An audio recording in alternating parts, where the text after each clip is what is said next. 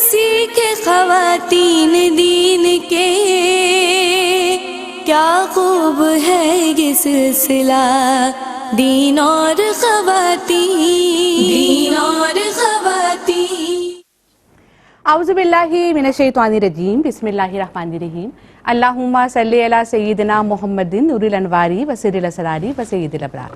تمام تعریفیں اس رب کائنات کے لیے جو دلوں کا مالک بھی ہے اور مکین بھی، اپنے چاہنے والوں کا مددگار بھی ہے اور معین بھی۔ تمام مخلوقات کی سانسوں کی تعداد کے برابر درود و سلام ہو صاحب مقام قاب قوسین اور صاحب مقام محمود صلی اللہ علیہ وآلہ وسلم پر۔ السلام علیکم ناظرین، پروگرام آپ دیکھ رہے ہیں دین اور خواتین اور میں ہوں سحر اعظم۔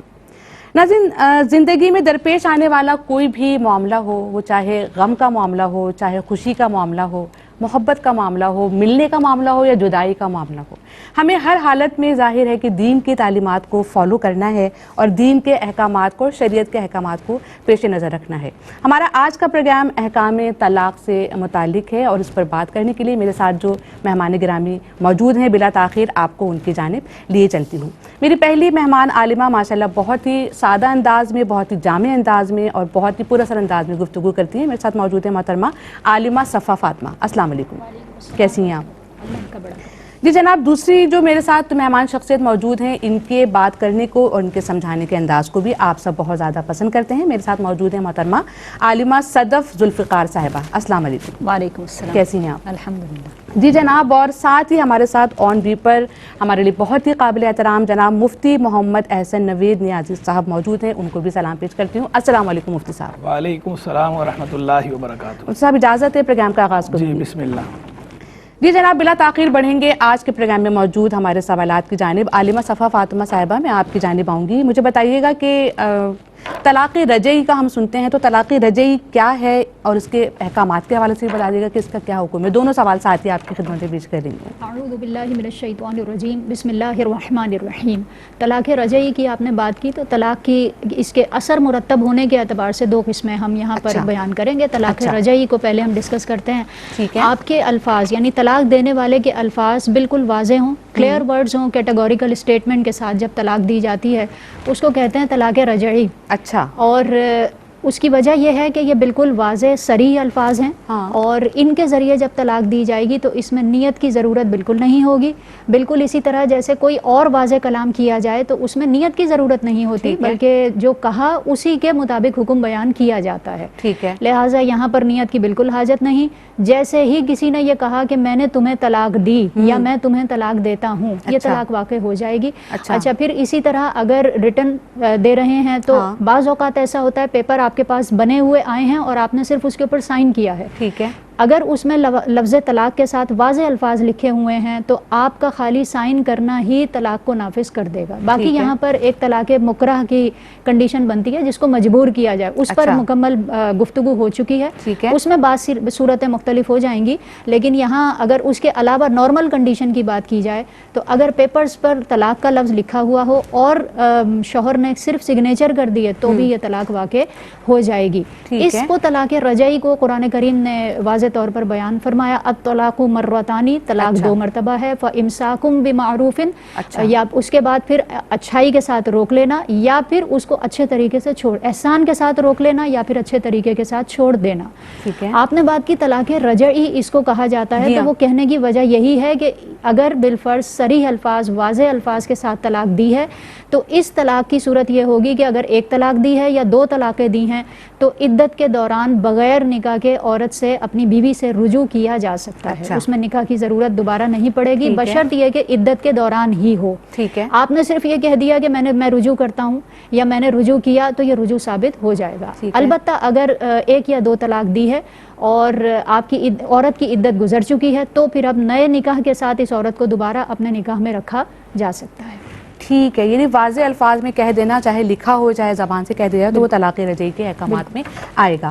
جی جناب، میں بڑھوں گی صدف ذوالفقار صاحبہ آپ کی جانب ایک اور سوال لیے، اور مجھے بتائیے گا کہ طلاق بائن کے حوالے سے کیا بتائیں گے آپ کی، کسے کہتے ہیں، اور پھر اس کے بھی اگر احکامات کی بات کریں تو اس کے لیے کیا حکم ہے؟ اعوذ باللہ من الشیطان الرجیم، بسم اللہ الرحمن الرحیم۔ جیسا کہ بیان کیا کہ طلاق فوراً ہونے اور نہ ہونے کے اعتبار سے دو اقسام ہیں. ایک تو طلاق رجعی جیسا بھی انہوں نے بہت تفصیل میں بیان کر دیا. دوسری ہوتی ہے طلاق بائن. ٹھیک ہے. بائن کا مطلب ہوتا ہے فوراً نکل جانے والی. تو طلاق بائن وہ کہ جو ہے وہ طلاق جس میں عورت فوراً نکاح سے نکل جاتی ہے. اچھا. اس کے لیے صریح الفاظ جیسا کہ طلاق رجعی میں ہوتے ہیں اس کی حاجت نہیں ہے. مطلب جو صریح الفاظ سے دی جاتی ہے وہ طلاق رجعی ہوتی ہے. لیکن جو کنایہ الفاظ سے مراد ہے کہ وہ طلاق جو عمومی طور پہ طلاق دینے کے لیے استعمال نہیں ہوتے. نکل جاؤ میرے گھر سے یا چلی جاؤ یہاں سے, میرا تعلق نہیں, اس طرح کے کوئی ایسے الفاظ جو عمومی طور پہ طلاق دینے کے لیے استعمال نہیں کیے جاتے اس عرف میں, مجھ سے طلاق دی جائے اور نیت طلاق کی جائے تو پھر وہ طلاق بائن ہوتی ہے. اچھا, یعنی یہاں پہ نیت کو دیکھا جائے گا یہاں پر.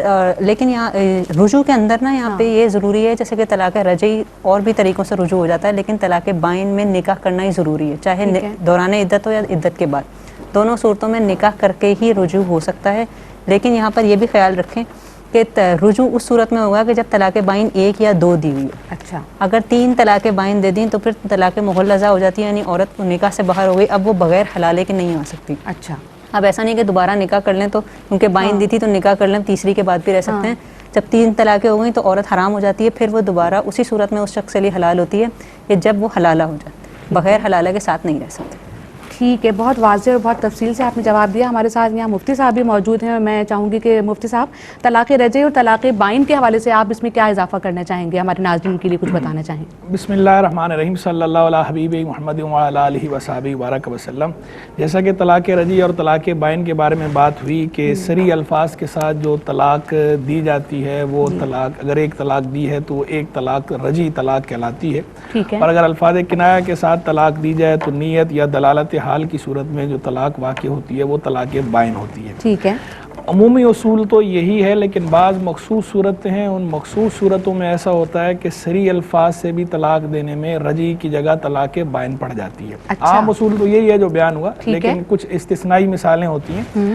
جیسے اگر کوئی ایسی عورت ہے کہ شادی ہوئی, نکاح ہوا, مگر رخصتی نہیں ہوئی اور میاں بیوی کے مابین خلوت صحیحہ بھی نہیں ہوئی, یعنی تنہائی بھی نہیں ہوئی اور رخصتی بھی نہیں ہوئی, تو ایسی صورت میں اگر طلاق دی جائے صریح الفاظ کے ساتھ تو وہ طلاق بھی رجعی نہیں ہوتی, وہ طلاق پھر بائن ہو جاتی ہے. تو پہلی طلاق سے ہی خاتون جو ہے وہ نکاح سے نکل جاتی ہے. ٹھیک ہے, یہ مخصوص صورت ہے. اسی طرح جو ہے وہ اگر طلاق رجعی دی اور صریح الفاظ کے ساتھ طلاق دی ہے, رجعی طلاق ہے وہ, اس میں عدت کے دوران رجوع کیا جا سکتا ہے بغیر نکاح جدید کے. لیکن اگر عدت کے دوران رجوع نہیں کیا, عدت مکمل گزر گئی, تو اب وہ جو رجعی طلاق ہے وہ بائن میں کنورٹ ہو جاتی ہے. اچھا. اب اگر رجوع کرنا چاہیں تو اب جو ہے وہ نکاح جدید کے بغیر رجوع نہیں کیا جا سکتا. اب نکاح کریں گے اثر نو, 2 گواہوں کی موجودگی میں, کم از کم 2 گواہ ہوں, ان کی موجودگی میں ایجاب و قبول کریں اور نئے حق مہر کے تعین کے ساتھ نکاح کریں. تو اب نکاح اس طرح ہوگا. ٹھیک ہے. ٹھیک ہے, بہت واضح الفاظ میں ہماری عالمات نے بھی اور مفتی صاحب نے بھی بہت تفصیل سے اس پر روشنی ڈالی کہ طلاق رجعی کیا ہے اور طلاق بائن کیا ہے. اس سے متعلق مختلف سوالات مزید پروگرام میں شامل کروں گی, مگر فی الحال بڑھ رہی ہوں پروگرام میں ایک مختصر سے بریک کی جانب. بسم اللہ الرحمن الرحیم. پروگرام ہے دین اور خواتین. میں ہوں سحر اعظم اور آج کے پروگرام میں ہم طلاق کے احکامات سے متعلق جاننے کی کوشش کر رہے ہیں. بلا تاخیر بڑھوں گی اپنی عالمہ صفا فاطمہ کی جانب.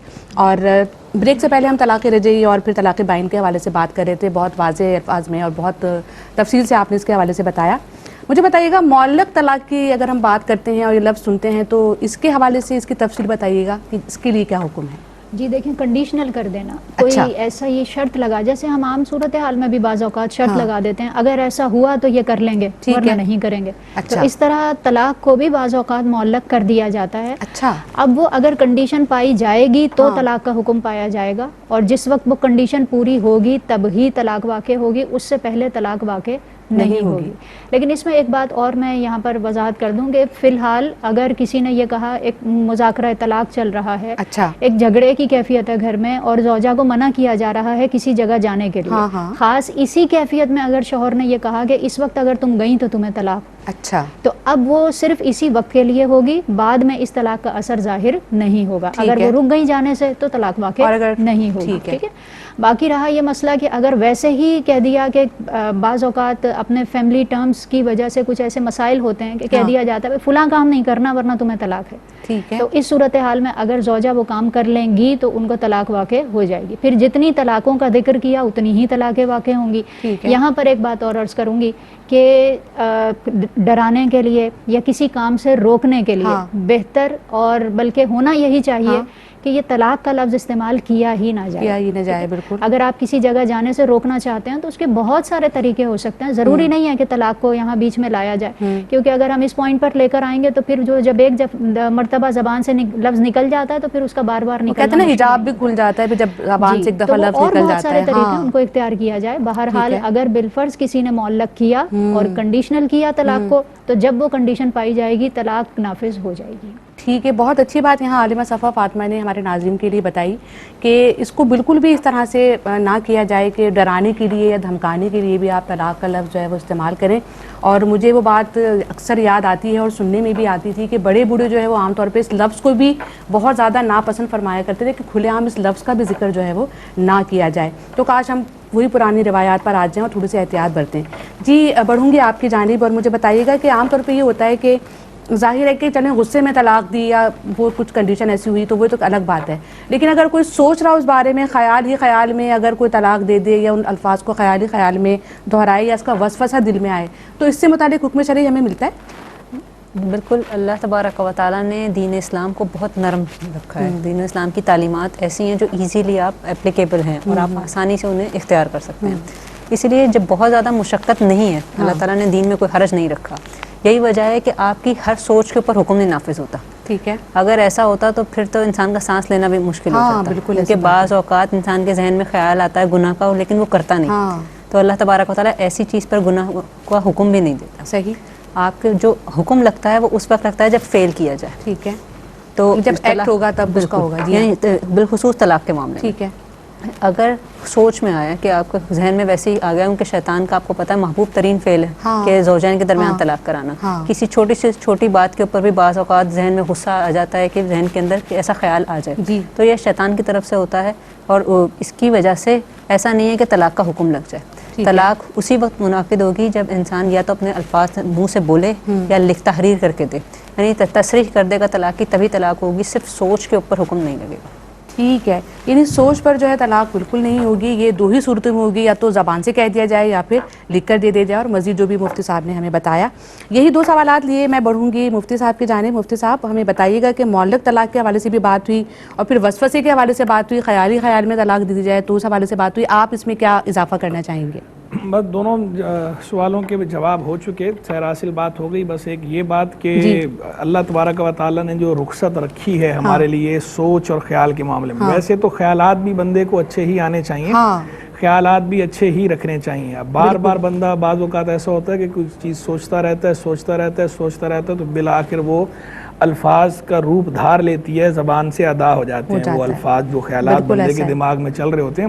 تو اس لیے خیالات کے اندر بھی بہتر تو یہ ہے کہ بار بار اس کا سوچنا نہیں چاہیے کہ بار بار سوچیں گے خیالات پک جائیں گے, پھر کسی دن جو ہے وہ زبان پہ وہ لفظ آ جائیں گے, پھر پچھتائیں گے. تو خیالات ایسے جو ہے وہ بلا وجہ ایسے خیالات پالنے نہیں چاہیے. لیکن اگر کوئی خیال آتا ہے تو صرف خیال آنے سے یا صرف سوچنے سے طلاق واقع نہیں ہوتی. اسی طرح گناہ کا معاملہ بھی ایسا ہے کہ صرف خیال آنے سے یا سوچنے سے جو ہے وہ صرف گناہ نہیں ہوتا. یہ تو اللہ تبارک و تعالیٰ نے حضور جان عالم صلی اللہ تعالیٰ علیہ وسلم کے طفیل یہ رحمت فرمائی ہے اس امت پر کہ اسے معاف رکھا گیا ہے. اور باقاعدہ حدیث شریف کے اندر فرمایا گیا ہے کہ اللہ تعالیٰ نے فرشتوں سے فرمایا کہ جب میرا بندہ کوئی برائی کا ارادہ کرے تو اسے نہ لکھو جب تک وہ کر نہ لے. ٹھیک ہے. اور اگر جو ہے برائی چھوڑ دے بعد میں اللہ کی رضا کی نیت سے خیال آیا, ارادہ آیا اور بعد میں اس وجہ سے رک گیا کہ اللہ ناراض ہوتا ہے, تو پھر فرمایا کہ اس کے لیے اس کی جگہ نیکی لکھ دو. ٹھیک ہے. یعنی نیکی بھی لکھی جاتی ہے اور نیکی کرنے کا جو ارادہ ہے اس ارادے پر بہرحال ثواب ہے. نیکی کرنا جو اسی لیے نیت المؤمن خیر من عملی بھی جو فرمایا گیا نا کہ مومن کی نیت اس کے عمل سے بہتر ہے. کہ نیت پر اگر مل جاتا ہے بندے نے کام کیا ہو یا نہ کیا ہو, نیکی کا ارادہ کرنا یا نیکی کا سوچنا, نیکی کا خیال, یہ خود بھی ایک خود نیکی ہے اور اس کی اپنی برکات ہوتی ٹھیک ہیں. ہے. باقی جو ہے وہ گناہ کے بارے میں لیکن ہاں ایک وضاحت کر دوں کہ ایک ہوتا ہے پختہ ارادہ کر لینا, جسے جو ہے وہ عزم مصمم کہتے ہیں. ٹھیک ہے. عزم مصمم پہ مواخذہ جو ہے وہ رکھا گیا شریعت کی طرف سے کہ کسی نے پختہ ارادہ کر لیا کہ میں نے یہ کام جو ہے یہ گناہ کرنا ہی کرنا ہے, ٹھیک ہے, اور اب کسی وجہ سے نہیں کر پایا, تو وہ گناہ کرنے کا گناہ تو نہیں ملے گا کیونکہ وہ ابھی تک جو ہے وہ گناہ کیا نہیں, وہ فیل نہیں ہوا, مارز وجود میں نہیں آیا, لیکن وہ جو گناہ اس نے سوچا تھا, سوچنے پہ بھی گناہ نہیں, لیکن جو پکا ارادہ کر لیا تھا نا, عزم جس کو کہتے ہیں, تو عزم مصمم جو ہے بہرحال وہ قابل گرفت ہے, اس پہ مواخذہ ہوتا ہے, اس پہ گناہ ہوتا ہے, ویسے صرف سوچنے پہ گناہ نہیں ہوتا, خیال معاف ہے, اور طلاق تو ویسے ہی نہیں ہوتی. جی بہت ہی تفصیل سے آپ نے جواب دیا. کالر انتظار کر رہی ہیں, آپ کی اجازت سے ان کو شامل کروں گی. السلام علیکم ورحمۃ اللہ. السلام علیکم ورحمۃ اللہ. کیا کالر ہیں ہمارے ساتھ؟ جی آواز آ رہی ہے. رخسانہ کوثر نام ہے میرا, اسلام آباد سے بول رہی ہوں. جی میری بہن کیا سوال ہے آپ کا؟ ہاں جی, سوال میرا یہ ہے کہ جیسے ذکر کرنا ہے, اللہ تعالیٰ کا ذکر کرنا ہے, درود شریف پڑھنا, تسبیحات کرنی ہے, تو لیٹ کے ہم کر رہے ہیں اور آوازیں بلند نہیں کرتے, ہونٹ بھی ہل رہے ہیں لیکن آواز نہیں آ رہی, دل ہی دل میں جیسے کہہ لیں, تو کیا یہ چیز ٹھیک ہے, جائز ہے؟ اور دوسری بات یہ ہے کہ میری نا بھانجی ہے رشتے میں, تو اس کے میاں میں آپس میں تھوڑا بہت کلیش ہوا تو یہ گھر چھوڑ کے آ گئی. اس نے کہا بھی کہ جاؤ نا, اگر چلی گئی تو دوبارہ واپس نہیں آ سکو گی. تو اس کا یہ ہوا کہ آ گئی, یہ غصے میں نا اٹھ کے آ گئی. تو اب اس نے پہلے ایک طلاق دے دی, پھر دو اس نے یک یعنی کہ ایک ہی ٹائم میں دو پھر بھیج دی, یعنی کہ تینوں طلاقیں بھیج دی. دو ایک دفعہ دے دی, ایک دفعہ دے دی. اب دونوں میاں بیوی اپنے اپنے وہ اس پہ بہت شرمندہ اور افسردہ ہے, رجوع کرنا چاہ رہے ہیں. کوئی اس کا حل ہے یا کیا اس کا پلیز مجھے مفتی صاحب سے پوچھ کے بتائیے گا. چلے میری بہن, میں ضرور آپ کا سوال پروگرام میں شامل کروں گی. آپ پروگرام میں شامل ہوئی, بہت شکریہ. ایک اور کالر ہمارے ساتھ ہیں. السلام علیکم ورحمۃ اللہ. السلام علیکم. ٹی وی کا والیوم یا تو کم کیجیے. السلام علیکم ورحمۃ اللہ. کون بہن ہے میرے ساتھ؟ یہ کال ڈراپ ہو گئی ہے. جی عالمہ صفا فاطمہ, آپ کی جانب آؤں گی اور مجھے بتائیے گا کہ ہم, کیونکہ موضوع ہمارا طلاق احکام ہے, ظاہر اسی سے متعلق بات ہو رہی ہے, یہ بتائیے گا کہ جب ہم طلاق کی بات کرتے ہیں تو کہ یہاں پر بھی گواہوں کا ہونا شرط ہے یا ضروری ہے؟ کیا کہیں گی اس حوالے سے, کیا طلاق کے لیے بھی گواہ ہونے چاہیے؟ دیکھیں نکاح میں تو ہم نے یہ چیز باقاعدہ ڈسکس کی کہ جب نکاح کریں تو اس میں گواہوں کو شرط قرار دیا ٹھیک ہے, لیکن طلاق میں ایسا کچھ نہیں ہے. اگر زوجین اکیلے بھی موجود ہیں اور وہ اس مقام پر طلاق دے دیں, طلاق بالکل نافذ ہو جائے گی. اس میں کسی قسم کے کوئی گواہوں کی شرط نہیں رکھی گئی. البتہ یہ ضرور ہے کہ اگر اختلاف ہو جائے, زوجہ کہتی ہے کہ طلاق نہیں دی ہے, شوہر کہتا ہے کہ دے دی ہے, تو اس صورتحال میں جب یہ اختلاف کی صورت ہوگی تو پھر زوجہ سے یہ کہا جائے گا کہ وہ گواہوں کو پیش کریں. اچھا, ہاں, یہ اس صورت میں ہوگا جب کلیش ہو جائے, یہاں پر دونوں کے قول مختلف ہیں, ایک کہہ رہا ہے طلاق دی ہے, دوسرا کہہ رہا ہے نہیں دی ہے. اس صورتحال میں پھر یہ حکم ہوگا. ورنہ جو نارمل صورتحال ہوتی ہے, جو عام طور میں طلاق دی جاتی ہے, اس میں کوئی گواہوں کی شرط نہیں ہے. اگر شوہر نے زبان سے الفاظ طلاق ادا کر دیے, بالکل طلاق واقع ہو جائے گی. ٹھیک ہے, بالکل طلاق واقع ہو جائے گی. اس حوالے سے یہ نہیں طلاق کے لیے گواہ کا ہونا ضروری ہے, یہ نہیں. عالمہ صفا فاطمہ نے اس کا ہمیں بڑے تفصیل سے جواب عنایت فرمایا. آپ کی جانب میں آؤں گی. صدر ذوالفقار صاحبہ, مجھے بتائیے گا کہ اگر ہم بات کریں بیوی کی, تو کیا شوہر جو ہے وہ بیوی کو طلاق کا حق دے سکتا ہے؟ دیکھیے, طلاق کا حق شوہر کا بیوی کو دینا ہے, شرعی طور پہ اسے تفویض طلاق کہتے ہیں, رائٹ اپنا دوسرے کو دینا. مجھے اجازت دیجیے گا, میں کالر شامل کر دوں, پھر دوبارہ تفصیل سے جواب لیتی ہوں. السلام علیکم ورحمۃ اللہ. جی السلام علیکم. السلام علیکم. ہیلو, السلام علیکم. جی وعلیکم السلام. میری بہن کیا کہیں گی؟ جی میں نے سوال بھی پوچھنا تھا کہ میری دوست ہے, اس کی طلاق ہو گئی تھی نا. ٹھیک ہے. تو اس نے نا مطلب عدالت میں انہوں نے طلاق لی تھی, پیپر وغیرہ پہ سائن وغیرہ کر کے. تو اس کے بعد کچھ مہینے کے بعد پھر ان کا اپنے شوہر سے دوبارہ رابطہ ہو گیا تھا. جب ان کے بچے بھی تھے, ظاہر سی بات ہے, پھر گھر والوں کے اس پہ کہنے پہ سب کچھ کرنے کے بعد انہوں نے دوبارہ سے نا مطلب بیوی سے نا نکاح پڑھوا لیا تھا, مطلب دوبارہ سے کروا لیا تھا. تو وہ کہہ رہی تھی کہ یہ نکاح جائز ہے یا نہیں. اچھا, عدالت میں جو طلاق دی تو یہ شوہر نے دی یا خلا کے حوالے سے بات کر رہی ہیں آپ؟ چلیں ٹھیک ہے، آپ پروگرام میں شامل ہوئی، بہت شکریہ جی. مجھے بتائیے گا صدر ذوالفقار صاحبہ، آپ اپنے جواب کی جانب دوبارہ آئیے گا. جی بالکل، میں یہ عرض کر رہی تھی کہ شوہر کا طلاق کا حق زوجہ کو دینا شرعی ٹرم میں اسے تفویض طلاق کہتے ہیں. ٹھیک ہے.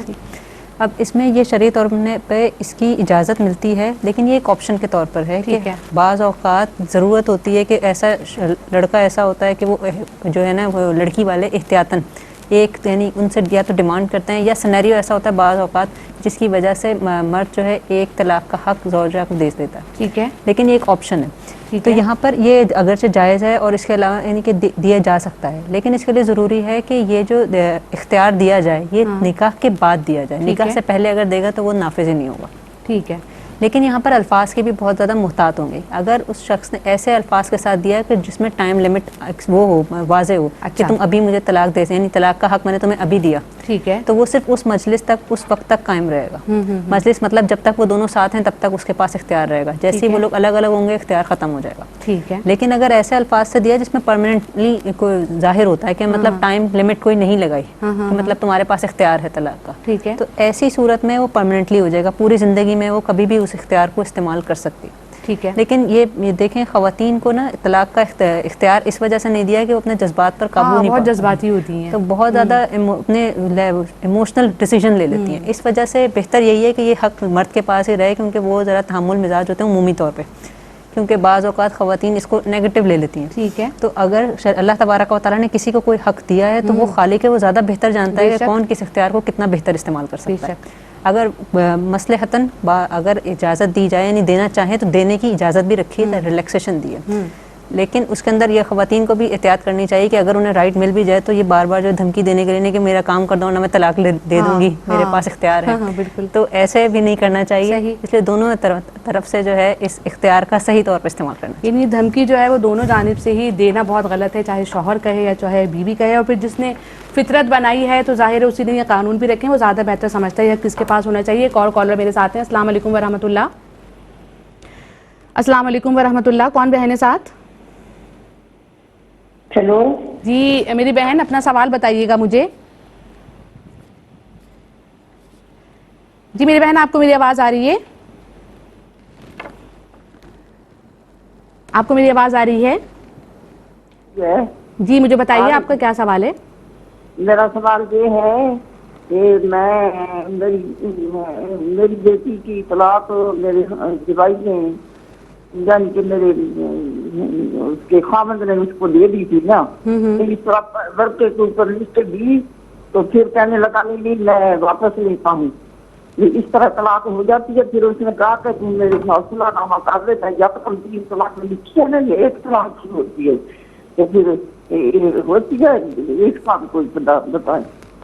ٹھیک ہے میری بہن، یہ آپ نے سوال کیا، میں ضرور مفتی صاحب کی خدمت میں پیش کروں گی. اور بہنوں کے سوالات بھی مختلف اور مزید سوالات ہیں، سب پروگرام میں ضرور شامل ہوں گے مگر اس مختصر سے بریک کے بعد. بسم اللہ الرحمن الرحیم. پروگرام ہے دین اور خواتین، میں ہوں سحر اعظم. آج ہمارا موضوع ہے طلاق کے احکامات. اور بریک سے پہلے بھی کچھ سوالات میں نے صفا فاطمہ اور صدر ذوالفقار صاحبہ سے بھی کیے، وہی سوالات لیے میں بڑھوں گی مفتی صاحب کی جانب اگر وہ اس میں کچھ اضافہ کرنا چاہیں. مفتی صاحب آپ کیا کہنا چاہیں گے کہ طلاق کے لیے گواہوں کے حوالے سے کیا ہمارا دین ہمیں بتاتا ہے، اور پھر کیا شوہر بیوی کو طلاق کا حق دے سکتا ہے؟ اور مفتی صاحب یہ بھی بتائیے گا کہ اگر گواہان کی اگر ہم بات کریں تو شوہر اور بیوی میں سے اگر اختلاف ہوتا ہے تو کیا کچھ ایسا ہے کہ ان میں سے کسی ایک کی گواہی کا اعتبار کیا جائے گا؟ یہ بھی اگر کچھ کنڈیشن ہو تو ضرور بتائیے گا. دیکھیں شوہر اور بیوی میں اگر جو ہے وہ طلاق کے حوالے سے اختلاف ہو جائے تو اس صورت میں مطالبہ جو ہے وہ پہلے گواہوں کا کیا جائے گا بیوی سے. عام طور پر ہوتا ہی ایسا ہے کہ شوہر یہ کہہ رہا ہوتا ہے نہیں دی اور بیوی کہہ رہی ہوتی ہے دے دی طلاق. ٹھیک ہے. عمومی صورت یہ ہے، ایسا بہت کم ہوتا ہے کہ شوہر کہہ رہا ہو کہ طلاق دی ہے اور بیوی کہہ رہی ہو نہیں دی. ٹھیک ہے. عموماً ایسا ہوتا نہیں ہے. ہوتا یہی ہے جو کیس ہمارے پاس آتے ہیں دارالفتاء وغیرہ میں اکثر کہ کلیش یہ ہوتا ہے کہ بیوی یہ کہہ رہی ہوتی ہے، اس کا دعویٰ یہ ہوتا ہے کہ شوہر نے طلاق دے دی ہے، شوہر یہ کہہ رہا ہوتا ہے کہ میں نے طلاق نہیں دی. ٹھیک ہے. ایسی صورت میں اب بیوی سے گواہوں کا مطالبہ کیا جائے گا. بیوی اگر گواہ پیش کر دے تو بیوی کے حق میں فیصلہ ہوگا. ٹھیک ہے. اور اگر بیوی گواہ پیش نہ کر سکے تو پھر ایسی صورت میں شوہر سے قسم لی جائے گی. اگر شوہر قسم کھا لیتا ہے اس بات پر کہ میں نے طلاق نہیں دی تو ایسی صورت میں قسم کے ساتھ اس کا قول معتبر ہوگا، اس کے حق میں فیصلہ دیا جائے گا. کیونکہ ویسے بھی یہ شریعت کا اصول ہے، حدیث شریف کے اندر بھی آیا ہے البینۃ علی المدعی والیمین علی من انکر، کہ جو بندہ دعویٰ کرے اس کے ذمے گواہی ہے اور جو اس کا انکار کر رہا ہو اس پر قسم ہے وہ قسم دے گا. ٹھیک ہے. تو چونکہ بیوی جو ہے وہ دعویٰ کر رہی ہے طلاق کا تو اس لیے بیوی سے گواہوں کا مطالبہ کیا جائے گا حدیث کی روشنی میں, اور جب گواہ وہ نہیں پیش کر پائی تو ایسی صورت میں وہی حدیث کی روشنی میں شوہر چونکہ انکار کر رہا ہے اس بات کا تو شوہر سے اب جو ہے وہ قسم لی جائے گی, اور اگر وہ قسم کھا لیتا ہے تو ایسی صورت میں شوہر کے حق میں فیصلہ کر دیا جائے گا. تو یہ فیصلہ تو شوہر کے حق میں ہوتا ہے ایسی صورت میں, لیکن بہرحال کہتے یہی ہیں ہم کہ جب بیوی کو پتہ ہو کنفرم کہ شوہر نے جھوٹی قسم کھا لی ہے پھر ایسی صورت میں بیوی حتی الامکان کوشش یہ کرے گھر کے بڑوں کو بیچ میں ڈال کر کہ وہ شوہر کو اپنے اوپر قابو نہ دے. لیکن ظاہری بات ہے جو فیصلہ ہوتا ہے وہ ظاہر کے مطابق ہوتا ہے. تو جب ہمارے پاس کیس دارالفتاء میں آتا ہے یا کہیں بھی کورٹ وغیرہ میں جائے گا تو وہاں تو فیصلہ ظاہر کے مطابق ہونا ہے. ظاہری اصول یہی ہے کہ اگر جو ہے کیونکہ وہ اب دیانتاً وہ ان کا اور خدا کا معاملہ ہے, قسم جھوٹی کھا رہا ہے تو اس کا معاملہ ہے, چونکہ گواہ یہاں ہے نہیں تو اب ایسی صورت میں فیصلہ تو کرنا ہے نا کسی نہ کسی کے حق میں تو دینا ہوگا. تو جو شرعی اصول ہے جو حدیث شریف ہے اس کی روشنی میں جو ہے وہ فیصلہ ظاہر کے مطابق کر دیا جائے گا. ظاہر کے مطابق فیصلہ یہی ہے کہ بیوی گواہ اگر پیش نہیں کر پاتی تو شوہر سے قسم لی جائے, قسم کھا لیتا ہے تو اس کے حق میں فیصلہ ہو جائے. ٹھیک ہے. مفتی صاحب بیوی کو طلاق کا حق دینا اس کے حوالے سے کیا کہیں گے؟ بیوی کو طلاق کا حق جو ہے وہ دینا یہ بھی آپشن شریعت نے رکھا ہے. لیکن یہ آپشن جو ہے اسی صورت میں ہے کہ جب ناگزیر ہو جائے کوئی صورت ایسی مجبوری ہو تو ہی یہ آپشن اویل کیا جائے. یعنی کوئی ایسا نہیں ہے کہ بس یہ کوئی بہت ہی اچھا وہ ہے کہ کوئی باقاعدہ یہ حکم دیا گیا ہے یا اس کی کوئی ترغیب دلائی گئی ہے یا اس کی کوئی تلقین کی گئی ہے کہ نہیں ایسا کام کرنا ہی کرنا ہے. بعض اوقات ایسا ہوتا ہے نا کوئی بات جو ہے وہ نئی پتہ چلتی ہے نا لوگوں کو تو وہ سمجھتے ہیں کہ شاید یہ کام کرنے والا کام ہے تو یہ کام تو ہم نے کرنا ہی کرنا ہے. جیسے وہ ایک نیا بیچ میں چل نکلا کہ جناب نکاح فارم جو ہے وہ عورتیں نکاح فارم نہیں پڑھتی تو ان کو پتہ نہیں ہوتا نکاح فارم میں کیا لکھا ہوتا ہے, تو اس میں ان کا رائٹ ڈیسائیڈ کیا گیا ہے تو اس کے اندر بھی چونکہ لکھا ہوتا ہے کہ طلاق کا حق تفویض کیا ہے کہ نہیں, نکاح نامے میں لکھا ہوا ہوتا ہے یہ.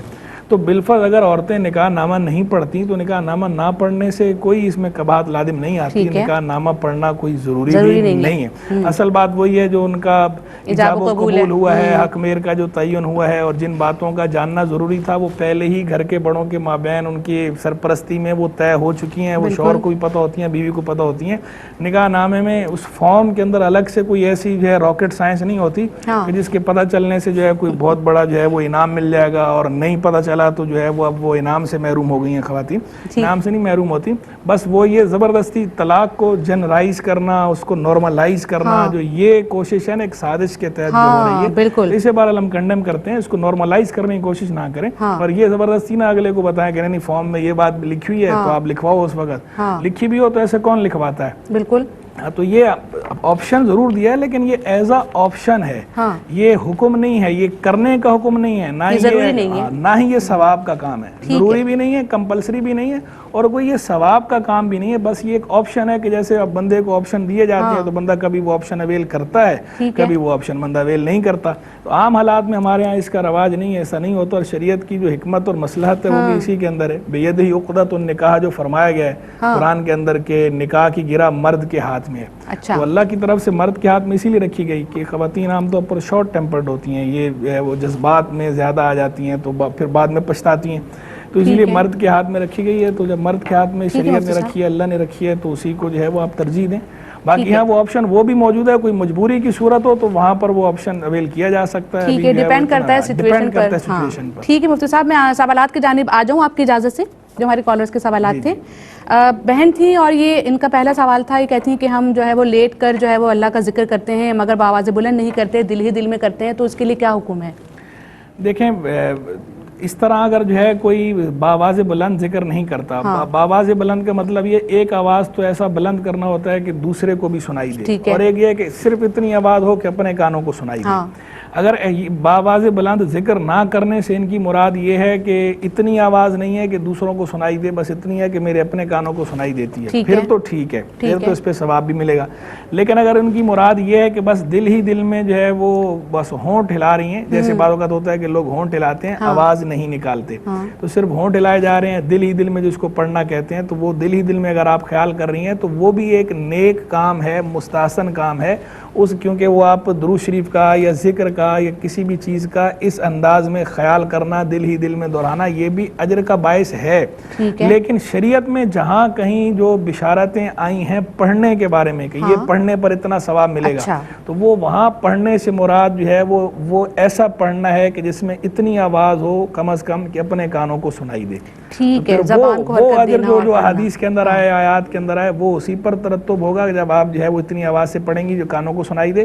باقی لیکن ویسے دل ہی دل میں اگر پڑھ رہی ہیں تو ان آیات اور ان احادیث میں جو ثواب مذکور ہے وہ ترتب تو نہیں ہوگا، لیکن یہ فعل بھی ویسے ہے جائز ہی، گناہ نہیں ہے ایسا کرنا کہ کوئی اگر اس طرح ہونٹ نہیں ہے، صرف ہونٹ ہی ہلا رہا ہے، آواز نہیں آ رہی، لیٹے ہوئے ذکر کی بات ہو رہی ہے، نفلی ذکر کی بات کر رہا ہوں۔ باقی نماز کے اندر ایسا نہیں ہے، نماز میں نہیں کہ صرف آپ ہونٹ ہلا رہی ہیں اور آواز جو ہے، نماز میں تو پڑھنا جو تلاوت کرنی ہے کم از کم جو ہے وہ اتنی آواز ہو کہ اپنے کانوں کو سنائی دے۔ ٹھیک ہے مفتی صاحب، بہت تفصیل سے آپ نے جواب دیا، اور جن کے بھی ذہنوں میں یہ سوال تھا یقیناً بہت تفصیل سے انہیں جواب مل گیا ہوگا۔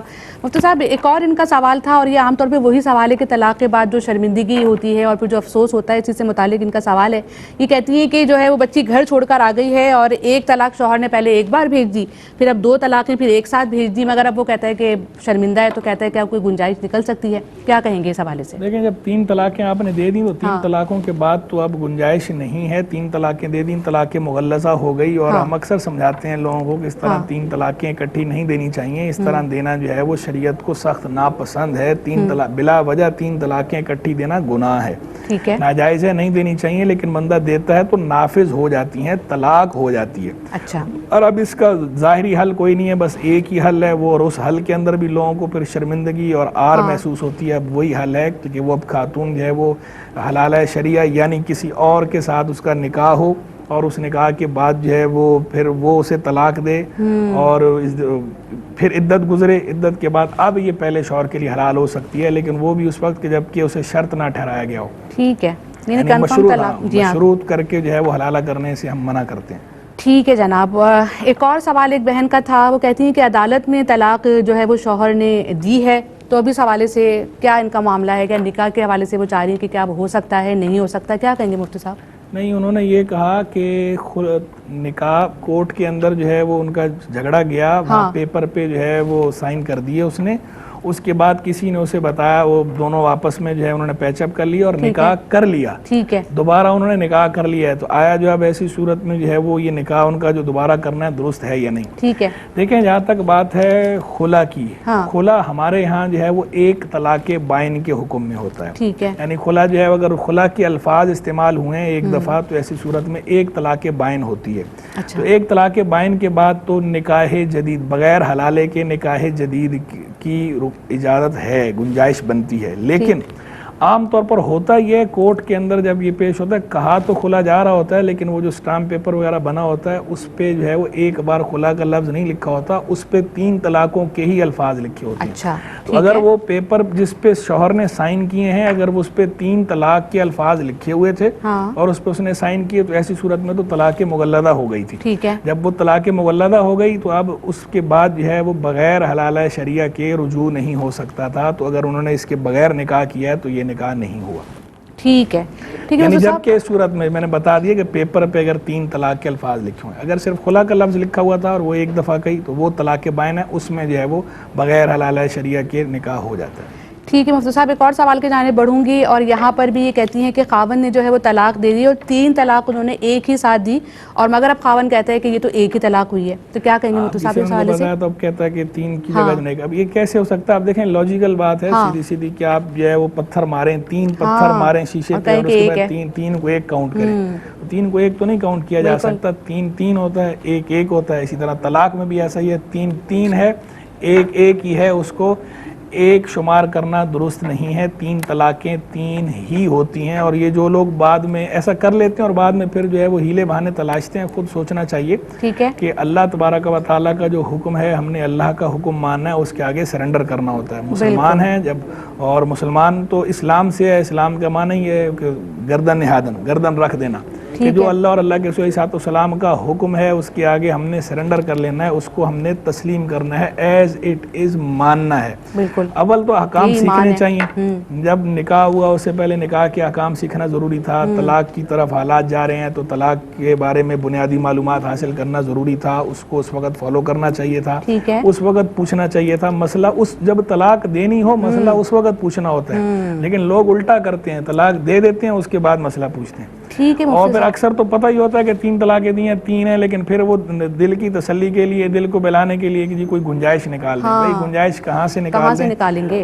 آپ نے اپنی قبر میں جانا ہے, ہم نے اپنی قبر میں جانا ہے. آپ کی ظاہری اچھائی کے لیے اپنی قبر تو ہم خراب نہیں کر سکتے. بالکل. جو بات ہوگی ایز اٹ از ہم آپ کو بے کم و کاس بتا دیں گے. تو پہلے ہی سوچنا چاہیے, سوچ بچار کے بعد جو بھی قدم اٹھائیں اور اس کے جو نتائج ہیں, جو عواقب ہیں, ان پر غور کر لینا چاہیے, اس کے بعد ہی کوئی قدم اٹھانا چاہیے. ٹھیک ہے مفتی صاحب, اسی سے متعلق ایک اور سوال کہ عام طور پہ دیکھا جاتا ہے کہ وہی جب طلاق کے بعد شرمندگی ہوتی ہے, افسوس ہوتا ہے, جب وہ غصہ اتر جاتا ہے تو پھر اس کے بعد مختلف جو ہے وہ ریزن بھی نکالے جاتے ہیں کہ جی طلاق تو ہوئی نہیں ہے, اور پھر دوبارہ اکٹھا رہنا بھی شروع کر دیا جاتا ہے. مفتی صاحب اس کے حوالے سے بتائیے گا کہ اس کا کیا گناہ ہے, اس کا کیا وبال ہے؟ سخت گناہ ہے, اشد گناہ ہے, اور اللہ تبارک و تعالیٰ کو ناراض کرنے والی بات ہے, بالکل اشد حرام ہے, اور مستقل نافرمانی ہے یہ اللہ تبارک و تعالیٰ کی. اس پہ مستقل گناہ ملتا ہے, اور ایسی صورت میں جو قریبی لوگ ہیں ان کو تو ویسے بھی چاہیے کہ جو ہے وہ ان کا سوشل بائیکاٹ کریں, تاکہ جو ہے وہ انہیں احساس ہو کہ جو انہوں نے جرم کیا ہے, جو کرائم کیا ہے, اور وہ اس جرم کو چھوڑ دیں. ٹھیک ہے مفتی صاحب, وقت بہت کم رہ گیا ہے, جاتے جاتے مجھے ضرور بتائیے گا کہ خلا کے لیے کیا مرد کا بھی طلاق دینا ضروری ہے؟ اس حوالے سے کیا کہیں گے؟ خلا کے لیے مرد کا کیا؟ مرد کا طلاق دینا ضروری ہے خلا کے لیے؟ خلا میں خلا کے اندر یہ ہوتا ہے کہ مرد جو ہے خلا کے الفاظ استعمال کرتا ہے, خاتون خلا لے رہی ہوتی ہے, خلا مرد ہی دیتا ہے, کیونکہ خلا ہمارے یہاں طلاق بائن کے حکم میں ہے. تو طلاق کے بارے میں نے پہلے بھی آیت پڑھی قرآن مجید فرقان حمید کی, بِیَدِهِ عُقْدَۃُ النِّکاح, کہ مرد کے ہاتھ میں نکاح کی گرہ ہے, تو مرد کھولے گا تو کھلے گی. تو کورٹ کے اندر بھی جو نکاح ہوتا ہے, جو خلا ہوتا ہے, اس کے اندر مرد جو ہے وہ اگر آتا ہے اور مرد سائن کر دیتا ہے یا زبان سے کہہ دیتا ہے, مرد ایگری کرتا ہے, تو ایسی صورت میں خلا ہوتا ہے. لیکن اگر کورٹ یک طرفہ ڈگری جاری کرتا ہے, مرد حاضر نہیں ہوا, تو ایسی صورت میں خلا نہیں ہوتا. کورٹ کو فسخ نکاح کی اجازت ہے بعض صورتوں میں, لیکن اس کی بھی شروط ہیں اپنی. اگر ان شروط کو ملوز رکھا گیا ہو تو فسخ نکاح ہوتا ہے, ورنہ فسخ نکاح بھی نہیں ہوتا. ٹھیک ہے مفتی صاحب, بہت تفصیل سے آپ نے جوابات دیے, آپ کا بہت بہت شکریہ ادا کروں گی. ماشاءاللہ بہت ہی تفصیل سے ہمارے ناظرین کو بھی طلاق سے متعلق احکامات جاننے کا بھی موقع ملا, اور جو مسائل تھے وہ بھی مفتی صاحب نے بہت تفصیل سے بیان کیے. آپ دونوں مہمانوں کی آمد کا بھی بہت شکریہ ادا کرتی ہوں, اور آپ نے بھی بہت ہی جیسے کہتے ہیں کہ جامع انداز میں اور بہت ہی سادہ انداز میں اور بہت ہی پر اثر انداز میں ہمارے ناظرین کو بتانے کی کوشش کی.